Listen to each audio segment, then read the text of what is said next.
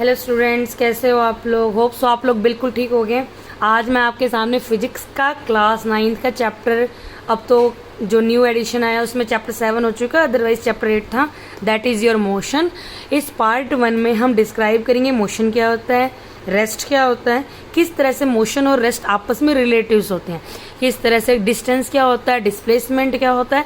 Also इसी video में हम ये भी टॉपिक क्लियर करेंगे कि यूनिफॉर्म मोशन और नॉन यूनिफॉर्म मोशन क्या होता है। तो let's start the class now. Hope first of all बेटा, first is motion. Motion means movement. बड़ा आसान काम था भाई, मोशन का मतलब मूवमेंट होता है, कोई भी बता देता। लेकिन अगर सिर्फ मूवमेंट तक बात क्लियर हो जाती तो हमें आगे पढ़ने की रिक्वायरमेंट ही क्या पड़ती।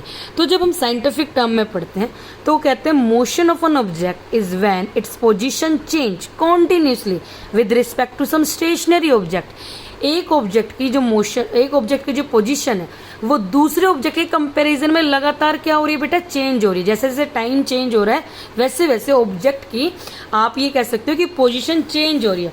तो हम कह सकते हैं कि वो किस में है, मोशन में है। उस हिसाब से हमारे आसपास जो चीज़ें होती है, लाइक एनिमल्स हो गए, ह्यूमन बींग्स हो गए, उनकी बॉडी पार्ट मूव कर रही है, वो एक प्लेस से दूसरे प्लेस पे मूव कर रहे हैं, ठीक है। तो हम यहाँ पर कह सकते हैं कि मूवमेंट हो रही है।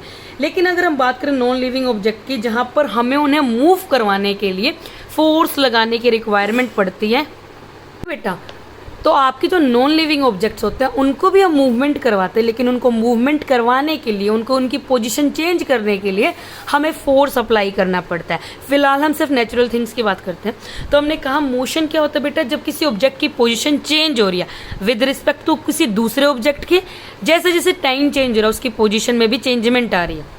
मोशन के जस्ट अपोजिट जो उसका एक रिलेटिव पॉइंट होता है, that is your rest. Rest का मतलब बेटा बिल्कुल शांति से एक जगह है, मतलब कोई भी उसकी पोजीशन में कोई चेंज नहीं आ रहा, टाइम चेंज हो रहा। आपके घर में सोफा है, एक जगह पे आराम से है, आपके घर में अलमारी है, वो एक जगह पर है, बेड है, मतलब जैसे जैसे टाइम चेंज हो रहा है उनके ऊपर फोर्स लगा रहे हैं तो मूवमेंट हो रही है। अदरवाइज उसके मूवमेंट में कोई भी मतलब उसकी पोजीशन में चेंजमेंट नहीं आ रहा, तो हम कहेंगे ऑब्जेक्ट किस पोजीशन पे है, रेस्ट पोजीशन पे। नाउ बहुत important point, the state of rest and motion are relative term. यानी एक ही टाइम पर एक ऑब्जेक्ट मोशन में भी हमें शो हो सकता है, वही ऑब्जेक्ट हमें रेस्ट पे भी शो हो सकता है। इट्स ऑल डिपेंड ऑन कि भाई किस किस नजरिए से उसे देखा जा रहा है। मान लो an object may appear to a moving to a one person, एक इंसान को एक ऑब्जेक्ट मूव करता हुआ दिखाई दे रहा है, वहीं पर वही ऑब्जेक्ट दूसरे इंसान को रेस्ट पोजिशन पे दिखाई दे रहा है। फॉर एग्जाम्पल एक बस मूव कर रही है, ओके एक बस आपकी मूव कर रही है रोड पे। तो जो बेटे रोड साइड ट्रीज होते हैं, आपने देखा होगा जब आप मूव करते हो बस में, आप आराम से बैठे हो, आपको लगता होगा कि बाहर जो पेड़ पौधे हैं वो चल रहे हैं, ठीक है। ऐसा लगता है जो पैसेंजर है वो चल रहे हैं। यानी ऑल ओवर द कि जो आप ट्रेन में हो या बस में हो, तो बाहर की चीज़ें आपको ऐसा लग रहा है कि मूव कर रही है, एक्चुअली में वो रेस्ट पर है। जो लोग बाहर हैं उनको लग रहा है आप बस या ट्रेन में मूव कर रहे हो, एक्चुअली में आप रेस्ट पोजीशन पे बैठे हुए। तो हाँ, एक ऑब्जेक्ट जो हम ये कह सकते हैं, रेस्ट और motion both are relative terms. यानी एक टाइम पे एक ऑब्जेक्ट रेस्ट पे भी हो सकता है, वही ऑब्जेक्ट सेम मोशन में भी हो सकता है। It's depend on the one person to other person. Okay, now most of motion are complex. बहुत सारे मोशन जो होते हैं वो बेटा कॉम्प्लेक्स होते हैं। लाइक सम ऑब्जेक्ट में move along a straight line, कुछ ऑब्जेक्ट स्ट्रेट लाइन में मूव कर रहे हैं, कुछ ऑब्जेक्ट कर्व पाथ पे मूव कर रहे हैं, कुछ रोटेट कर रहे हैं, कुछ वाइब्रेट कर रहे हैं। और कई बार तो हम ऐसा भी देखते हैं कि एक ही ऑब्जेक्ट रोटेट भी कर रहा है, वाइब्रेट भी कर रहा है, मतलब एक टाइम पे दो दो तरह के मोशन उसको देखने को मिलते हैं। तो हम क्या कहेंगे बेटा, most of motions are complex, कि बहुत मोशंस जो होते हैं वो कॉम्प्लेक्स होते हैं। तो आप बताओगे क्यों? जैसे मैंने आपको बताया अभी कि वो कोई आपको लगता है कि भाई स्ट्रेट लाइन में मूव कर रहा है, कोई कर्व पाथ पे मूव कर रहा है, कोई कैसे मूव कर रहा है, कोई कैसे मूव कर रहा है। कुछ मोशन जो होते हैं बहुत ही इरेक्टिक होते हैं, बहुत डेंजरस मोशन होते हैं, अनकंट्रोल मोशन होते हैं, जैसे सुनामी का आना या फ्लोड का आना।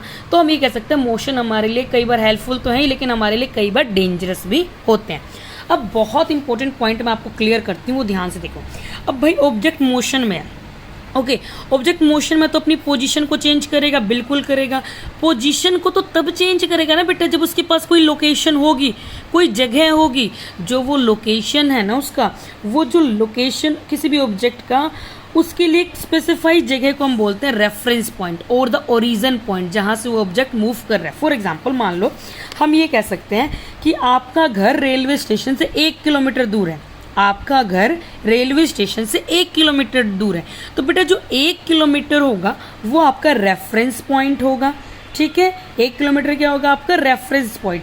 तो जो रेफरेंस पॉइंट होता है उसी को हम क्या बोलते हैं, ओरिजिन, जहां से ऑब्जेक्ट के मूवमेंट को काउंट किया जा रहा है। होप सो आप लोगों को इतनी बात तो समझ में आ चुकी होगी।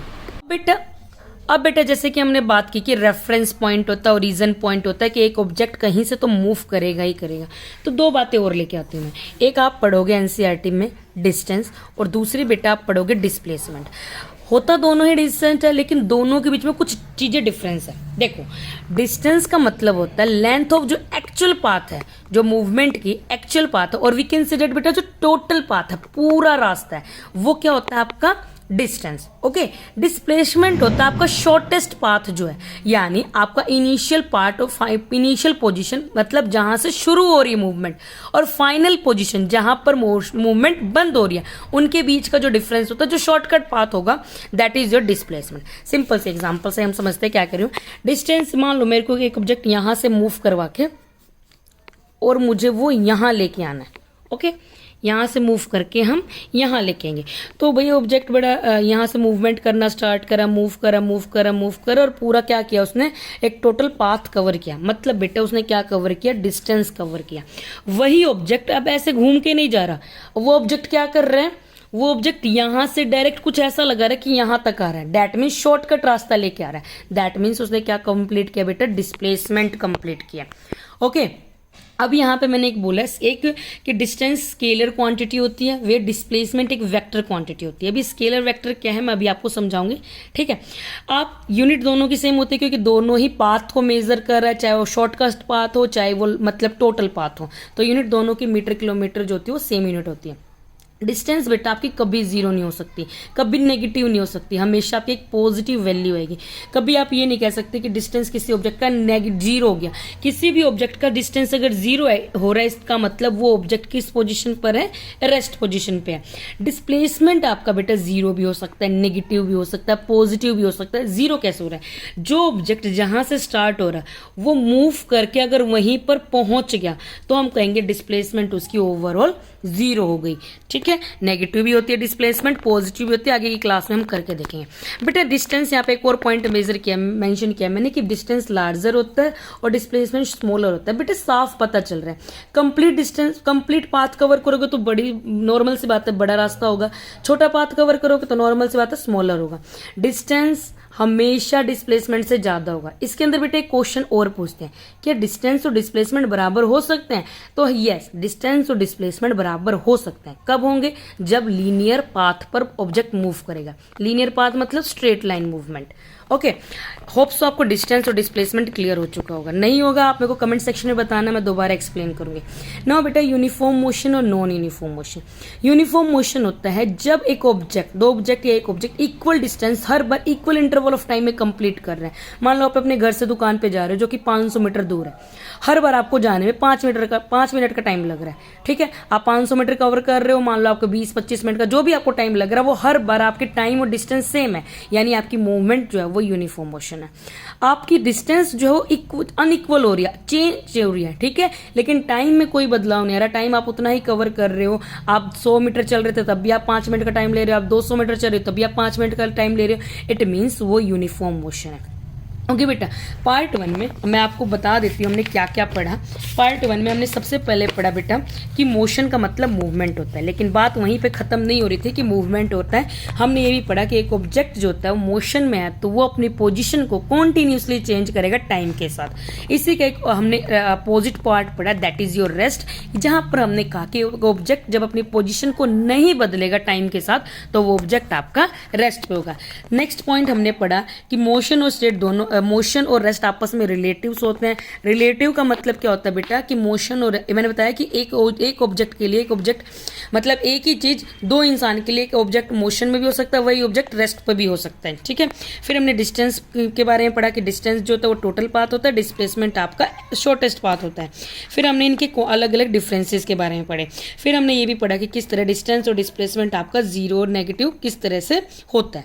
नेक्स्ट क्लास में हम पढ़ेंगे कि एक्चुअली में जो हमने ये स्केलर क्वांटिटी और वेक्टर क्वांटिटी लिखी है, इसका मतलब क्या होता है, ठीक है। साथ में ही हम पढ़ेंगे कि आपकी स्पीड क्या होती है, वेलोसिटी क्या होती है, एक्सेलरेशन क्या होता है, इनके फॉर्मूलाज के बारे में भी मैं आपको एक्सप्लेन करूंगी। होप्स आपको इस वीडियो में कुछ चीज़ें क्लियर हो चुकी होंगी। अगर आपको समझ में आ जाए तो प्लीज़ लाइक शेयर सब्सक्राइब करना तो बिल्कुल मत भूलना।